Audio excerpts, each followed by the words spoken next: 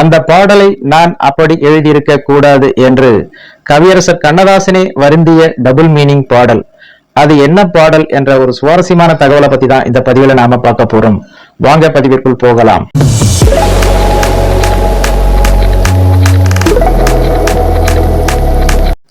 கவியரசர் கண்ணதாசன் எழுதிய ஒரு டபுள் மீனிங் பாடலை நான் அந்த பாடலை அப்படி எழுதியிருக்க கூடாது என்கின்ற விதமாக அது ரத்தத்தின் கோளாறு, வயது ஆக ஆக எல்லாம் மாறுகிறது என்று வருத்தம் தெரிவித்துள்ளார்.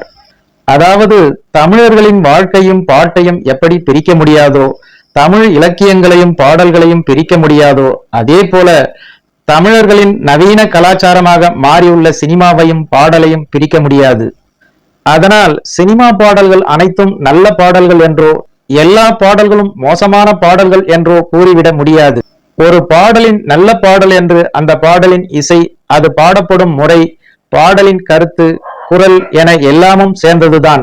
அந்த வகையில் சிறந்த கவிஞர்கள் கூட அந்த படத்தின் சூழ்நிலைக்கு, அப்போதைய மனநிலையில், உணர்வு எழுச்சியில் எழுதப்படும் பாடல்கள் சில நேரங்களில் இரட்டை அர்த்த பாடல்களாக அமைந்து விடுவது உண்டு.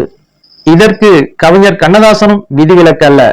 அப்படி கவிஞர் கண்ணதாசன் எழுதிய ஒரு டபுள் மீனிங் பாடலை நான் எழுதியிருக்க கூடாது என்கின்ற விதமாக அது ரத்தத்தின் கோளாறு, வயது ஆக ஆக எல்லாம் மாறுகிறது என்று வருத்தம் தெரிவித்துள்ளார்.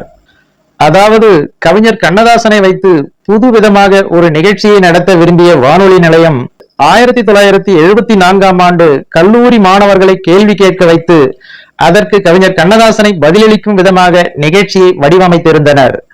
அந்த நிகழ்ச்சியில் ஒரு மாணவி, உங்களை பொறுத்தவரை பணத்துக்காகவோ புகழுக்காகவோ பாட்டு எழுத வேண்டிய அவசியமில்லை, அப்படி இருக்கும்போது இளந்தம் பழம் போன்ற டபுள் மீனிங் பாடல்களை எழுதுகிறீர்கள் என்று அந்த மாணவி ஒரு கேள்வியை எழுப்பியுள்ளார். இதற்கு கவிஞர் கண்ணதாசன் கூறியதாவது, திரைப்படத்தில் வருகிற ஒரு கேரக்டர் இளந்தம் பழம் விற்றால் இளந்தம் பழம் எழுத வேண்டியிருக்கிறது, வேர்க்கடலை விற்றால் வேர்க்கடலை எழுத வேண்டியிருக்கிறது, அவளுக்கு தத்துவ பாடல் எழுத முடியாது, இரண்டு அர்த்தம் வர்ற மாதிரி அன்றைக்கு எழுதியிருக்க வேண்டாம் தான். ஆனால் அந்த நேரத்து உணர்ச்சிகள் எப்படி என்றால், இப்போதைக்கும் அப்போதைக்கும் வித்தியாசம் இருக்கிறது.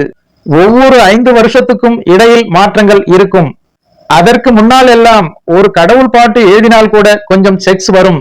எல்லாரும் கடவுள் பாட்டில் கூட செக்ஸ் எழுதுகிறீர்களே என்று கேட்பார்கள். அது ரத்தத்தினுடைய கோளாறே தவிர அது அந்தந்த காலத்தினுடைய கோளாறு, அது வயதினுடைய கோளாறு. வயது ஆக ஆகத்தான் எல்லாம் மாறுது என்று கவியரசர் கண்ணதாசன் கூறியுள்ளார் என்பது குறிப்பிடத்தக்கது. ஓகே ஃப்ரெண்ட்ஸ், இந்த ஒரு சுவாரஸ்யமான தகவல் உங்களுக்கு பிடித்திருக்கும் என நம்புகிறேன். நன்றி, வணக்கம்.